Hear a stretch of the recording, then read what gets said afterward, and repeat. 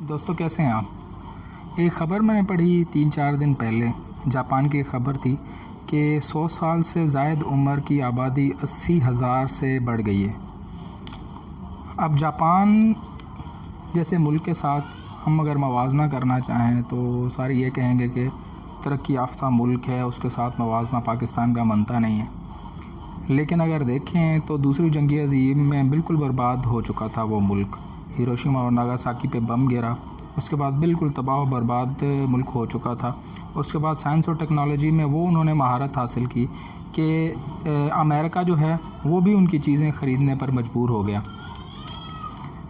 अब 100 साल से ज़ायद उम्र के 80,000 अफराद जहाँ पर मौजूद हों, हमारे पास ये निस्बत होती है कि हम 40 के बाद हमारे किसी बंदे की अगर 40 साल उम्र हो जाए तो वो मंजी पर बैठ जाता है और कोशिश करता है कि बस अब बच्चे बड़े हो गए हैं और मरने की तैयारी करनी शुरू कर देता है।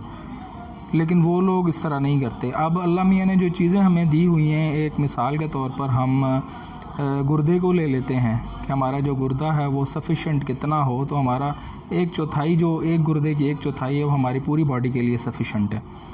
बाकी जो 2.25 गुर्दे अल्लाह मियाँ ने हमें दिए हैं वो एक्स्ट्रा हैं। अगर दिमाग को देखें तो दिमाग का तो इस तरह है कि आइंस्टाइन जो है वो कहते हैं कि आइंस्टाइन ने अब पूरी उम्र में अपना कुछ फ़ीसद 2-4% अपना दिमाग इस्तेमाल किया था, तो हम तो पॉइंट कुछ % भी अपना दिमाग इस्तेमाल नहीं करते। अगर बाकी चीज़ों को देखें, दांत को देखें तो अगर आप ब्रश करते रहें रोज़ाना तो दांत आपके गिरते नहीं हैं। अगर एक्सरसाइज करते रहें, अपने आप को फ़िट रखें, अपने शौक़ के पीछे चलते रहें, तो आपकी अगर उम्र जो है वो 100 साल ना हो तो भी 90 से ऊपर तो जानी चाहिए हर सूरत में। और फ़ाल ज़िंदगी होनी चाहिए हमारे पास जो है वो। हम तक अब तो ये हाल हो गया है कि जो हमारा मुल्क है या बर सग़ीर जो है इंडिया, पाकिस्तान, बांग्लादेश, वो डायबिटिक कैपिटल कहलाने लगे हैं। इसका मतलब है कि हम में से हर बंदा 40 के बाद इंतज़ार करता है कि मुझे कब शुगर हो, उसके बाद ब्लड प्रेशर हो, उसके बाद मैं दवाइयाँ शुरू कर दूँ। खेल के मैदानों का जो हमारे पास हाल है वो ये है कि पिछले दिनों जो कराची में सर्वे हो रहा था उसमें तकरीबन 80% जो खेल के ग्राउंड थे उन पर तजावुज़ात करके उन पर इमारतें बना दी गई हैं। हम खेल को सेकेंडरी चीज़ समझते हैं। मैं जिस गांव से ताल्लुक़ रखता हूं वहां पर हम जब छोटे थे तो खेल का बाकायदा एक सिस्टम होता था, रोज़ाना शाम को जाते थे खेलने के लिए। लेकिन बड़ा दुख हुआ सुन के पिछले दिनों मुझे पता लगा कि टीचर्स तक ने, कुछ यंग टीचर्स ने उसकी खेल की मुखालफत कर दी है। मेरा जो भाई है वो काफ़ी खेल में एक्टिवेट था, तो उसने उनको कहा टीचरों को कि ये क्या तरीका है, मेहरबानी करें हमें खेलने के लिए जगह, जो ग्राउंड था वो हमें मुहैया करें। तो उन्होंने वहाँ पर कोनो का आपस के दरख्त उगा दिए हैं लेकिन बच्चों को खेलने नहीं दिया। अब वही बच्चे जो है वो बाज़ार में बैठते हैं, या तो फिल्में वगैरह देखते हैं या मोबाइल पर अपना टाइम ज़ाया करते हैं, या फिर कोई तकरीबी जो उनकी सरगर्मी होगी उसमें वो महारत हासिल कर लेंगे। लेकिन खेल जो है जिससे आपका दिमाग, आपके जो जिस्म की नशोनुमा होती है, उसमें वो हिस्सा नहीं लेंगे।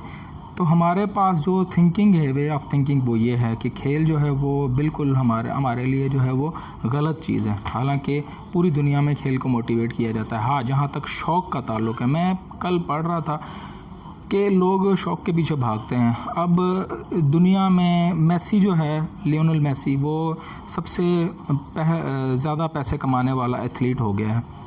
मेरा नहीं ख्याल कि मेसी ने फ़ुटबॉल जो है वो इसलिए ज्वाइन किया होगा कि मैं अमीर तरीन फ़ुटबॉलर बन जाऊं। वो तो अपने शौक़ के लिए खेल रहा है। तो अगर हम अपने शौक़ के लिए खेलना शुरू कर दें, हम अपने शौक़ के लिए काम करना शुरू कर दें, तो मेरे ख़्याल में काफ़ी सारी चीज़ें जो हैं वो हमारी ज़िंदगी का मकसद ये नहीं है कि हम में से हर बंदा जो है वो 1.5-2 साल जिए। सिर्फ कहने का मकसद ये है कि वो इतने बंदे अगर 80,000 के करीब हैं, ये नहीं खबर कि जापान में 80,000 से बढ़ गई है तादाद उन लोगों की जो कि हस्पताल के बिस्तरों पर हों। ये है कि 80,000 से तादाद जो बढ़ गई है, लेकिन उनकी इकॉनमी जो है वो माशाल्लाह हमारी इकॉनमी से स्टेबल है। पूरी दुनिया में वो हुकूमत कर रहे हैं टेक्नोलॉजी के हिसाब से। तो बहरहाल ये सारी चीज़ें हैं, हम दुनिया को संवारने की कोशिश करें। कोशिश करनी ये है कि कुछ ना कुछ दे के जाना है दुनिया को। ये भी चीज़ें जहन में अगर रखें कि मकसद है हमारा बड़ा शौक़ के पीछे भागना है। अगर हर किसी का कोई ना कोई शौक़ होता है, वो आपको डिस्कवर करना पड़ता है। मसला ये होता है कि हम जब एक चीज़ पर लग जाते हैं, एक मिसाल के तौर पर एक बंदा है जिसको कोई चीज़ नहीं मिली, उसने नौकरी करनी शुरू कर दी, कोई भी नौकरी शुरू कर दी, उसके बाद उसने ना डिस्कवर किया ना कुछ। जब रिटायर होगा तो कोशिश यही होगी कि पेंशन के पैसों से घर बनाए या बच्चों की शादियां करे या गाड़ी गुड़ी ले, शौक़ पूरा करे अपना और मरने की तैयारी करे। और जो उसकी पेंशन बाकी रह गई है, बाकी पैसे जो है वो डिपॉज़िट में रखवाए बैंक में, और सुकून से जो है वो 10-12 हज़ार रुपया वहाँ से आ जाए, 15-20 हज़ार रुपया पेंशन मिल जाए, 20-25 हज़ार करके गुजारा करें।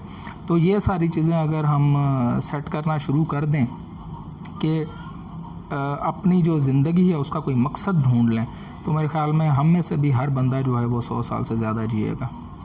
वीडियो देखने का शुक्रिया।